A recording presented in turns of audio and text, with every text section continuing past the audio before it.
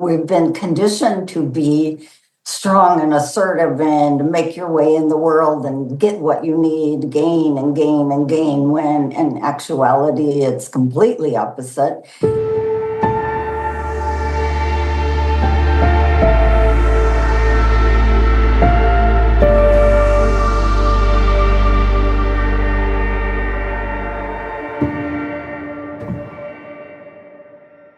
In what ways have you seen in yourself or others misunderstanding or avoidance of the feminine aspect hinder people's ability to recognize their true nature, to wake up? So maybe I'll start by just saying from a practical perspective, it's something I wish I knew what the terms of masculine approach versus a feminine approach, what they applied to way back when I was starting out 20 some years ago, because I just didn't come across it stated that way. And for maybe a decade and a half was really taking, the kind of the classical masculine approach of formal meditation and a lot of, let's call it like the appearance of effort was very much part of my path. And I didn't really understand there was such a thing as a feminine approach, which is, I would say, the way I try to explain it to people is, if you think about a mother with a newborn baby and just gazing at the newborn with total unconditional love and acceptance and interest, right? Interest is important. And you think of that, but is applied to your own immediate experience.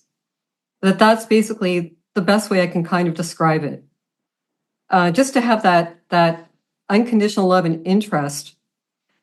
And for me, like, it was kind of like the balancing of the two were very important. I had to have both. And eventually, well, as you go deeper into non-dual realization, it just obliterates all understanding of that. A lot of the work I do with folks in a mentorship spiritual realm is kind of in this area, and even more so probably post-awakening of, and maybe part of it is like that the traditional paths were very often created from a masculine perspective of like using the mind to understand practices and using texts to study and make sure you're doing it right, but then we kind of get in the mind about it, which isn't a bad thing, but I see a lot of folks getting caught up in trying to awaken, like, and I think that's what we were kind of talking about earlier, of like awakening doesn't just happen then you're free. Like, you're in a body, in this body, until this body dies, and you're in a world full of people that will never,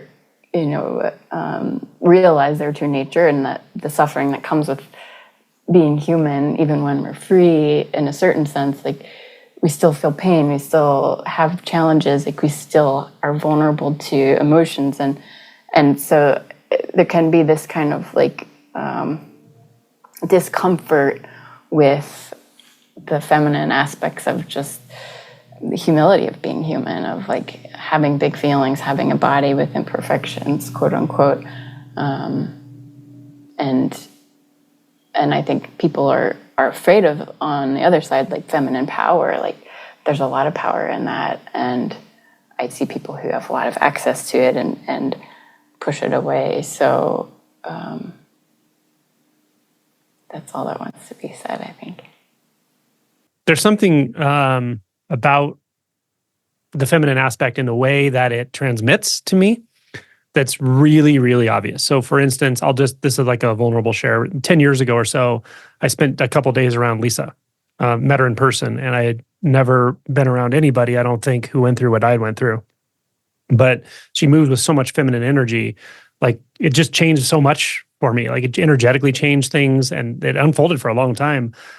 And it wasn't anything specific like that she said. It wasn't a specific teaching. It was literally just being in the vicinity of the way she moves and her energetics. And so I've really tried to encourage people to interact with female facilitators. I try to refer people to one-on-ones, and it's just such a powerful way of transmitting, and it's empathic. Maybe I don't know. I don't know if anyone else has this understanding or experience, but it's also strangely it's very efficient in a way. I would say the transmission is just so full on, and you just absorb it so readily. We've been conditioned to be strong and assertive and make your way in the world and get what you need, gain and gain and gain, when in actuality it's completely opposite. It's things moving away, subtracting from the ideas that you have about yourself. So that yielding, accepting, being overwhelmed doesn't fit with the conditioning very well sometimes. But it is actually the way of expansion and love and all of that. I think at times it's the immensity of it that can be terrifying. It can be so powerful that it's just obliterates. And it doesn't necessarily have to be, like we've said, through a female form. But there's this interesting element that can happen when it is through a female form. It's such a different way of communicating in a way. But yet maybe that's not noticed. Like I'm just thinking about Ananda Mahima, this lady, this Indian saint, who she's so insanely beautiful. She's been dead since I think 1981.